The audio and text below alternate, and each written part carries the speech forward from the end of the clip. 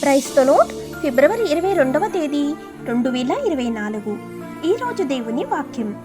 నీ మార్గమును యెహోవాకు అప్పగింపుము, నీవు ఆయనను నమ్ముకొనుము, ఆయన నీ కార్యము నెరవేర్చును. కీర్తనల గ్రంథం 37వ అధ్యాయం 5వ వచనం. ప్రియమైన సహోదరి సహోదరులారా, దేవుని ప్రణాళిక ఎల్లప్పుడూ మన స్వంత ప్రయత్నం కంటే మంచిది. దేవుని నమ్మే వ్యక్తి ఆయన మార్గం ఉత్తమం అని తెలుసుకుంటాడు. ఇప్పుడు నమ్మకం అన్నది కేవలం అద్భుతంగా జరగదు. మనము విశ్వాసపు అడుగులు వేసుకుంటూ దేవుని నమ్మకత్వంను అనుభవించినప్పుడు నమ్మకం పెరుగుతుంది. మనము సందేహమును, భయమును, అభద్రతను ఎదిరించవలను. అప్పుడు మనం దేవుణ్ణి పూర్తిగా నమ్మే జీవితాన్ని పొందుకుంటాము. దేవుని యందు నమ్మిక ఉంచుట ద్వారా దేవుడు ఆశించినట్లు మనము సులభమైన మరియు స్వేచ్ఛా జీవితంను అనుమతించినప్పుడు మన ప్రాణమునకు విశ్రాంతి దొరుకును. కాబట్టి జీవితం అర్థవంతంగా లేనప్పుడు ఆయన యందు నమ్మిక ఉంచి ఆయన స్వేచ్ఛను మరియు విశ్రాంతిని అనుభవించుదుముగాక.